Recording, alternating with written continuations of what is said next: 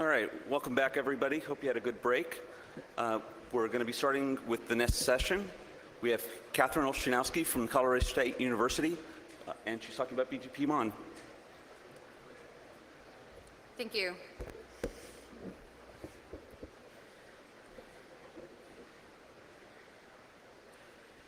So I'm Kathy Olszynowski, and I work in the network security group at Colorado State University. The main project that I'm working on right now is the RouteViews plus BGPmon project.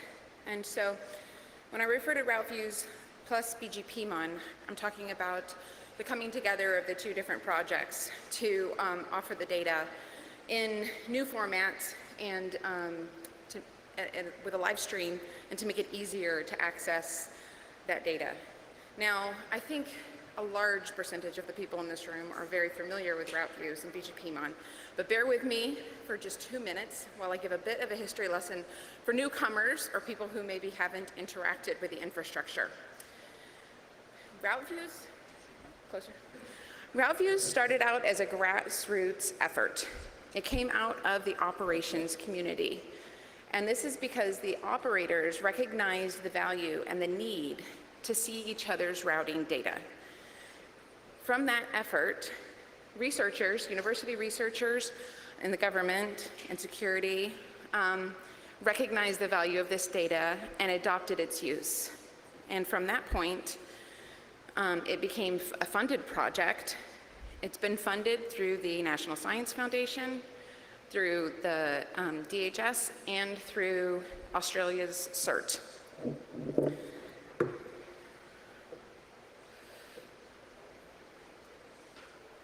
So, how do RouteViews and BGPmon play together?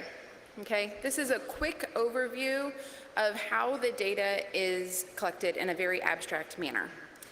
RouteViews peers directly and speaks BGP with a large set of peers, approximately 200 peers at this point. From that point, the data is changed into an MRT format. MRT is essentially a binary format that wraps the BGP. It gives you some header information so that it's easier to work with. RouteViews then archives all of that data. We collaborated with RouteViews so that at the same time that they're archiving their data, they go ahead and they forward that MRT stream to a BGPmon collector. The BGPmon collector consumes the MRT and transfers it into XML. We then archive the XML, as well as transform the XML into a textual format based on the output that you would get from a BGP dump-m run. And we also make the XML available through a live stream. Now, BGPmon can receive more than just MRT data as their input. BGPmon is capable of doing direct peering, so we speak BGP. It would be more accurate to say that we establish a connection and then we listen BGP, because we will not send any updates. We can also receive XML from another BGPmon instance. This allows us to build a mesh of BGPmon instances. And that is helpful because there's a single point of access for all of the XML data. And as a user, you don't have to be aware of where that data is actually coming from, or the fact that there's 30 instances of BGPmon providing that data to you. None of this would be possible without the people and the organizations who are willing to work with us to provide us data. So this is only a small subset of the organizations that provide data to us. But we wanted to say thank you to all of them, as well as ask for more data. So if anyone is willing to establish peering relationship between RouteViews and their exchange point, we would be very happy to speak to you about that. The person to contact for that would either be me or John Kemp. In all reality, I will forward you to John Kemp. Unfortunately, the weather on the West Coast is making it difficult for travel right now, so he's not at this meeting. However, either one of us can help get that set up. So when I talk about the RouteViews plus BGPmon effort, we really are two separate efforts. The first is an infrastructure effort to provide the data stream. The second is a set of software. We publicly provide not only the BGPmon core software, but a set of Perl modules that sit on top of that as well. I'm going to start today by talking about our deployment. So at this point, we have collectors spread around the world. We have over 200 peers set up, and all of that data is available in archived format, as well as a large majority of it is available through the live stream at this point. And as I mentioned before, there's 3 different formats that you can get the data in: the binary MRT, XML, as well as the textual format. The reason for doing this is because we want to make the access to the data as easy as possible, so that if you have a really cool idea and you want to try to write a client that processes the data, that there's almost no entry cost or learning curve to doing that. Here is a geographical view of where we collect our data, and you can see that we're starting to deploy the mesh of BGPmon instances as well. And those 3 rectangles actually represent a larger group of collectors. We have paired one BGPmon with each of the RouteViews collector instances. The reason for the one-to-one pairing is that we maintain an internal rib table for each of the peers. And so we found that this helps us with our scaling. You can see that the data is ingested as BGP. The red lines represent the MRT, and then once they leave the first entry point into the BGPmon network or mesh, then we're speaking XML.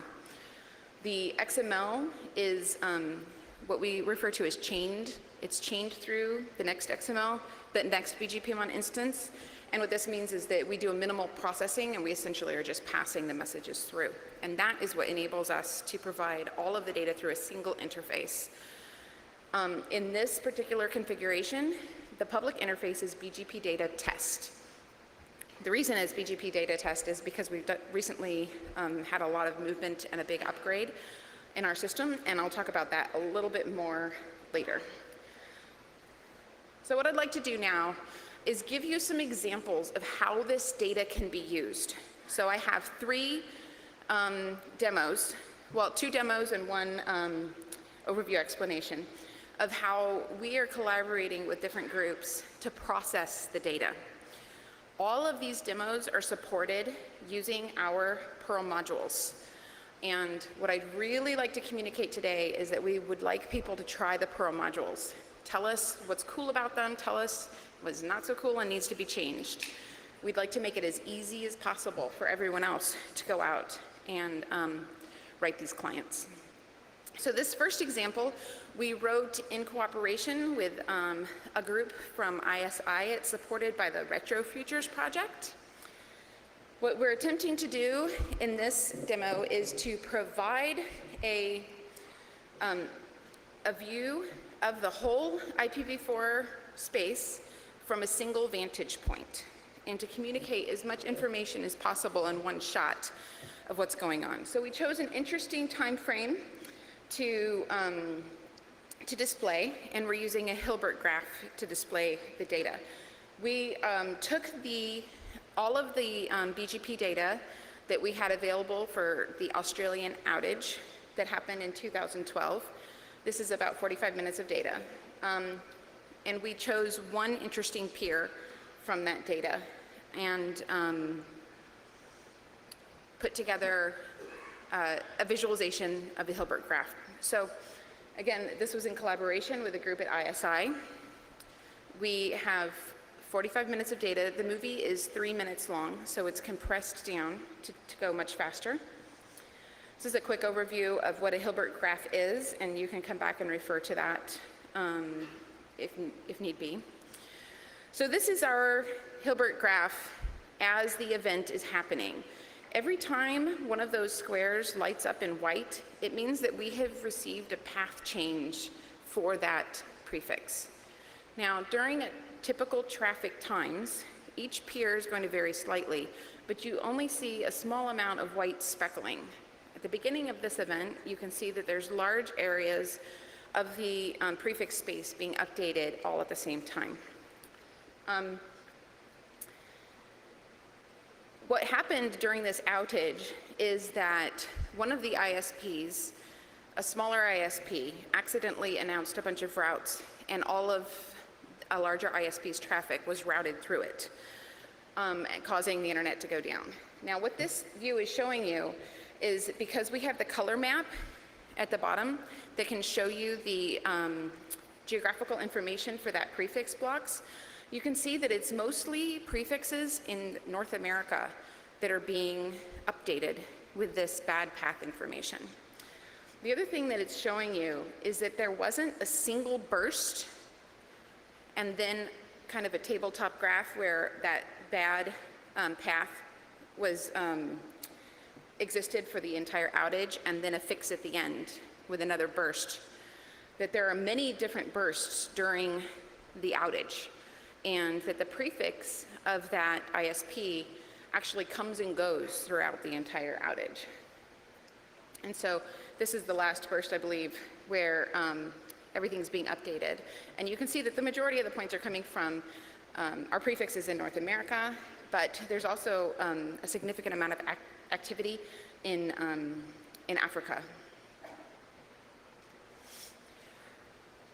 So this gives you a lot of information all at once. It's great for human consumption and for you to understand the event. However, it's only from a single vantage point. So we're only seeing what's happening from a single peer.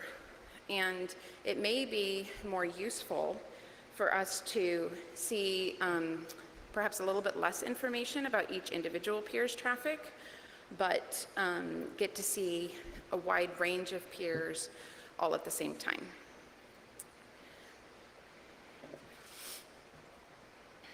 So the next demo that I'm going to show you, I'm going to let this wrap up here. The next demo that I'm going to show you attempts to do just that. We're going to look at higher level statistics. They're cheaper to calculate, and they're easier to display, so we can see a wide range of vantage points all at the same time. This software was developed by one of the students in the NetSec lab, by Lawrence, and he used our Pearls tools to do this. He was able to put this demo together in only a few days because the Perl modules do the vast majority of the work for you. And it's a tabular view of the same data. So what we're going to see now is that anytime one of these statistics from one of these peers jumps out of what we consider a normal range, you get either a yellow alert or a red alert that lets you know that something is going on that peer that maybe a person needs to look into. It's interesting because while it's not difficult to calculate these statistics, it is a little bit more difficult to know where to draw the line. So what statistics do we need to be monitoring? And at what level do we decide that we need to send out an alert? I'm sure that you don't want to be getting paged every 5 minutes because a peer is experiencing some bursty traffic.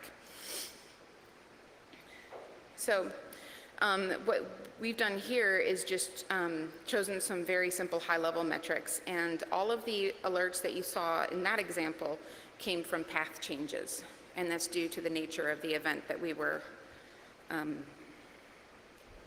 monitoring. Additionally, all of this data was taken from our archives. Now, all of the software that we've written that can read from the archives also has the ability to read from the live stream. So it's possible to set up this type of a client and have it running against the live stream and get the alerts in almost real time. There is a bit of a delay. So both of those use cases were monitoring specifically kind of wide area, the whole view of the internet from a specific peer. But if you're an organization like a bank or a government or a business, you may want to focus your attention to a smaller space, specifically the prefixes that you directly depend on. So this is a project that we put together with the team over at Australia CERT, where we were monitoring a specific list of prefixes that they deemed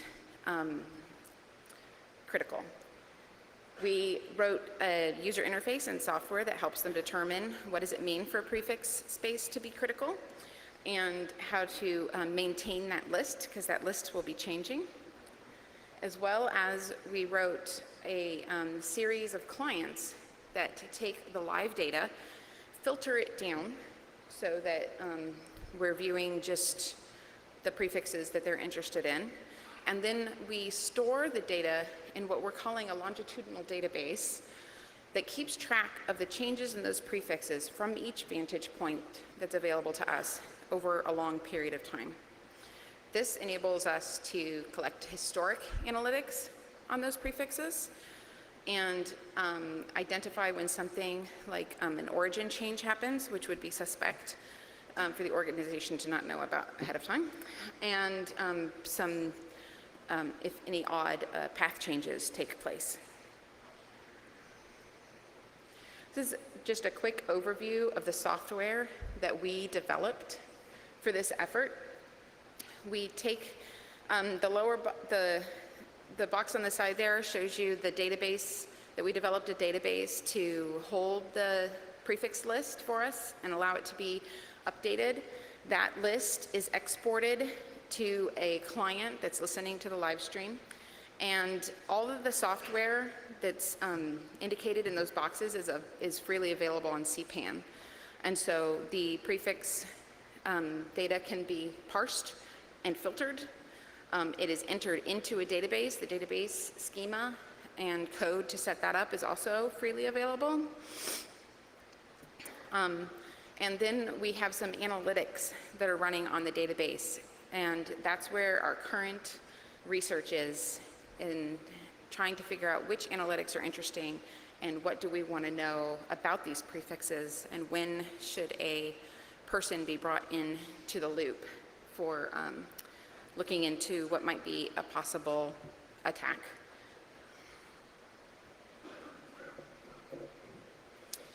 So I've been talking about the Perl modules, and this is the main takeaway that I'd like everyone to have from this talk, is that we've made it very easy to access this data.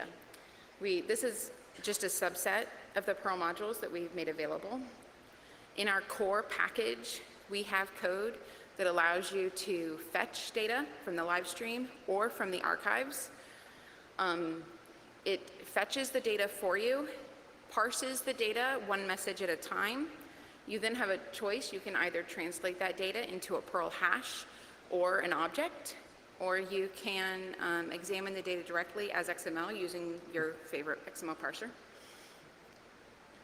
And we also provide basic modules that help with configuration and logging so that all of the BGPmon tools have a common interface and behave in a similar manner. We use and make available the BGPmon archiver package. And so this is not only a set of modules that help you archive the messages, but also a script that can be installed on the system. And what this enables you to do is if you run your own BGPmon instance and choose to archive it, it will make sure that all of your archives are using the same formats as ours, so that if someone decided they wanted to share, they wanted to grab data not only from our archives but yours as well, for them it would be seamless because the data is laid out in the same format. And so our fetching modules would be able to get through that data without the programmer needing to know that there was any difference. We also make the analytics database available. This is a relational database right now. It's in Postgres, as well as the CPM module. And there are several other modules that are in the works right now. We're about to release one that gives you the ability to choose any point in time and get a dump of a specific peer's rib table at that point in time. And as I said, all of these are freely available on CPAN. So here's just a very quick example of what it's like to code using the modules. In this example, we're just going to count the number of path changes for a specific peer. So I believe that this is code that is pulled from the second demo that I showed you. And the important pieces here, once you pull in your modules that you want to use, you essentially just need to call connect BGP data and provide it with the URL and the port, the host name and the port that you would like to connect to. In this case, it's grabbing it from the live data. And as long as you are connected, you read the next XML message. So you get the XML message one at a time. At that point, you have several choices. You can validate the XML message. You can filter the XML message. In this case, it's just being parsed. And once the XML parser does its job, then you can start calling extract to extract the different pieces of the messages. And so in this case, we're extracting the AS path so that we can compare and see if it's changed, and we're extracting the NLRI section so that we can get the prefixes that are affected. And then we do our analytics. So just a little bit of math. All of the modules are designed in a similar manner so that they're nice and easy to use. So I've alluded a little bit that there's been a lot of changes happening inside of BGPmon recently. We are currently on our 7.3.3 release. The major goals of this release are increased stability, as well as we've made a huge change to our XSD. Okay, so the XSD is used to validate all of our XML messages. It's also used internally to parse the messages and create data structures. And so in Perl, as well as in other languages like Java and Python, you can actually use the XSD to create your objects in your code so that you don't have to even write the code. The new XSD is more robust than the previous XSD, and it allows us to expand the information that we're providing. So one of the very important things that we're doing at this point in the XSD is that we have a metadata section, and we have the ability to annotate the data without touching the original data. Additionally, we plan to add a section for data provenance so that you know the path that the data took through the system, and you can decide if that data is trustworthy or not.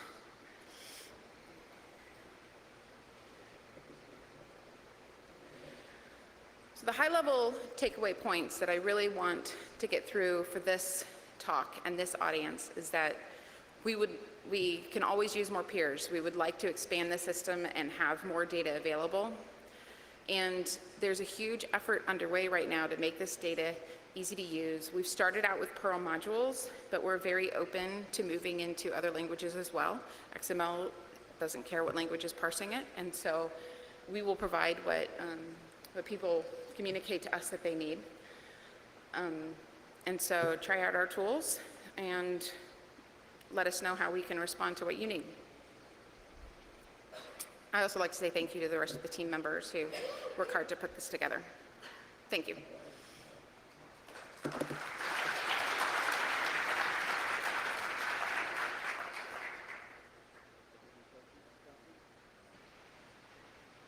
Are there any questions?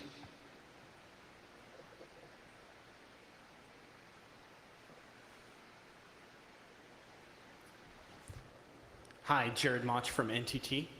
So in the past, I've looked at, I've done some studies on the BGP updates that we see over time to look for transient routing leaks. Have you looked at integrating any of that type of capability in here in this system as well? So the primary goal of this system is to actually provide the raw data, and we do as little manipulation of the data as possible. And it would be a client, a developed client, that would then perform any type of analytics or analysis on that data but that's exactly the kind of application that would be appropriate for developing a client. Okay, yeah, because I've looked at using the BGPmon code in the past, and I had a number of operational issues trying to deploy it and configure it and stuff like that. Absolutely. And that's why I said there's been so much activity over the last year. In the last year, we've really focused on solidifying not only the core BGPmon software itself, but also the clients are fairly new. And so one of the reasons that we've done the demos is so that we eat our own dog food, so that we have to be using those client tools, we discover what's wrong with them, and then we can fix them. And so if you look up on CPAN, you'll see a lot of updates have been going through. And we're getting to a point now where they're much easier to use and much more stable. Okay, I'll have to take a look at it again. Thank you. Okay.